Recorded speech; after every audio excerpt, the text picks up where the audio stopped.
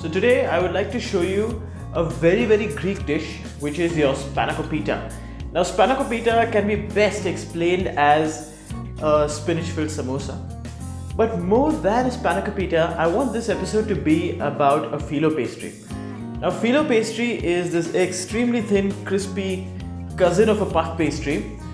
It is quite easy to make, but it's regarded as one of the toughest doughs. But once you know how to make it, there's so many things you can do with it. Let me show you how to make it. So for a Phyllo pastry, you will need 3 cups of all-purpose flour and a cup and a tablespoon of lukewarm water, 40 ml of olive oil or any oil really, a teaspoon of salt, a tablespoon of vinegar or any acid would do. And here I have a mixture of corn flour and regular flour which I'm going to use later. Now in this large mixing bowl, add your flour and mix in your salt. Give it a rough mix, after which make a well and add your olive oil and your vinegar. Now this oil and vinegar is going to make your dough extremely supple and stretchy. So you want to coat your flour completely with it, and when your flour begins to look like breadcrumbs, go on to add your water. Now you can dump in all the water in one go, but it's better to add it in batches and get a feel of the dough. Now simply bring your dough together before you transfer it onto your working surface. We will start with our customary flouring our working surface, make it look beautiful as usual, and begin kneading our dough. So now the kneading. Let me clarify right away that kneading this dough is going to be no easy task. And that is because if you remember, we are going to roll this paper thin, and if you want to roll them paper thin, you want the dough to be extremely elastic and full of strength. And strength means only one thing: lots of gluten development. To know whether you're done or not, when you fold your dough and your top tears off like this, you might want to knead for a little longer. So continue kneading. And as you continue kneading and stretching and folding, you'll realize your dough getting much smoother. Like you see the top now, it ain't tearing. So good job, chef. All that gluten has been developed only to rest. Rest it for at least an hour.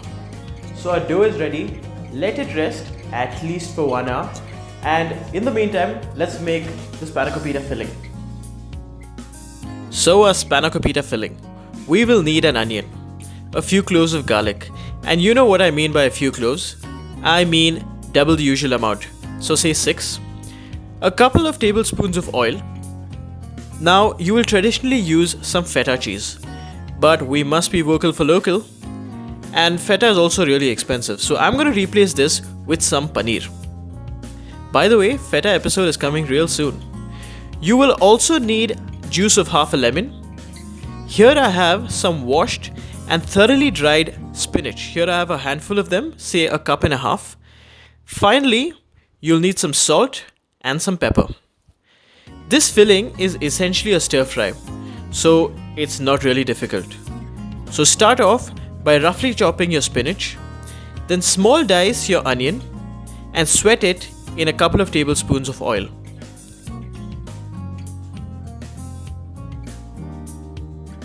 So as your onion sweats, chop your garlic extremely fine and add it once your onions are 80% done.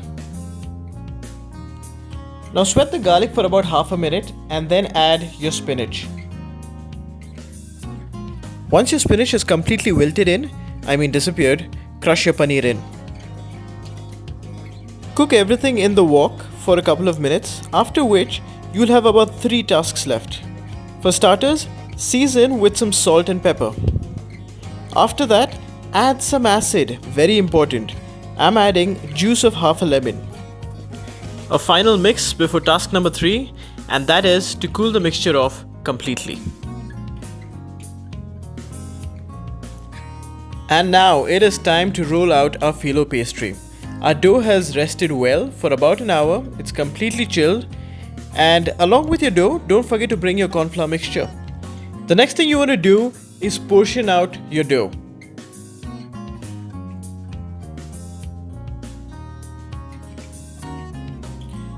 And now the crucial part of rolling out. Start off by dusting some corn flour on your working surface.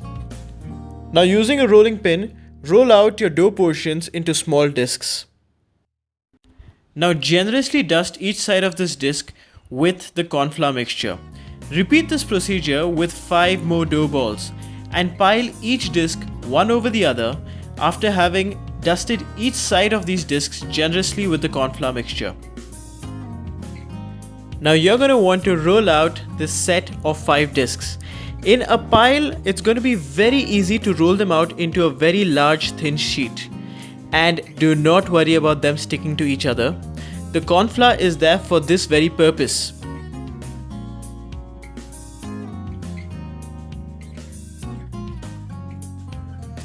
When you're halfway through, you might want to dust a little bit of corn flour in between the various layers of phyllo again. Now these sheets are looking pretty thin already, but believe it or not, these are almost going to double in size. So continue rolling them out and you will eventually realize that your sheets have become paper thin.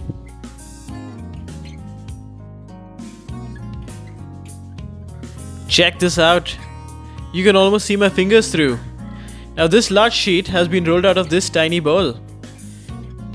Well, that's been one long masterclass. Now let's build a Spanakopita. Begin by cutting your phyllo into long strips. So for the building process, you'll need some oil, a pastry brush, your spinach filling, and some egg wash.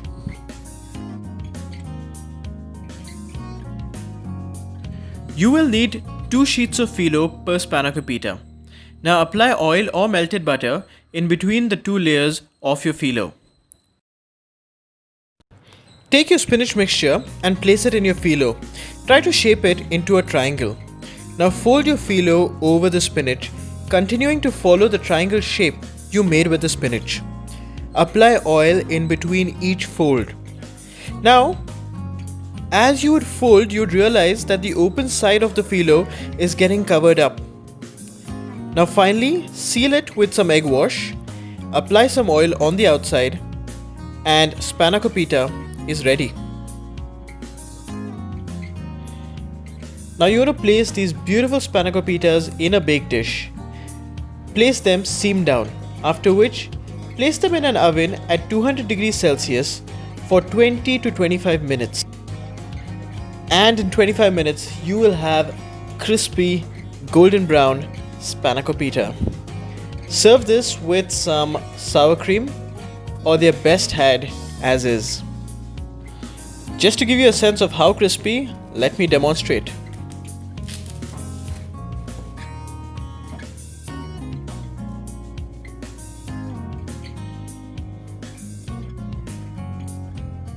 So this version of Spanakopita that I've shown you need not be the only version. You can make a Spanakopita pie. So take a pie dish, add about 4 or 5 layers of your Philo pastry, add your filling, cover it up, bake it, and it's going to make for a lovely pie dinner or maybe lunch. Now the next question you might ask me is, can you deep fry these? And the answer is no. And that is because these pastries are so thin that as soon as it hits the oil, the outer layer is going to brown off real quick and the inner layers are going to remain uncooked, not even undercooked. Now I made a lot of phyllo dough. You must be wondering what I'm going to do with it. And you guessed it, the next episode is going to be how to make baklava. See you then.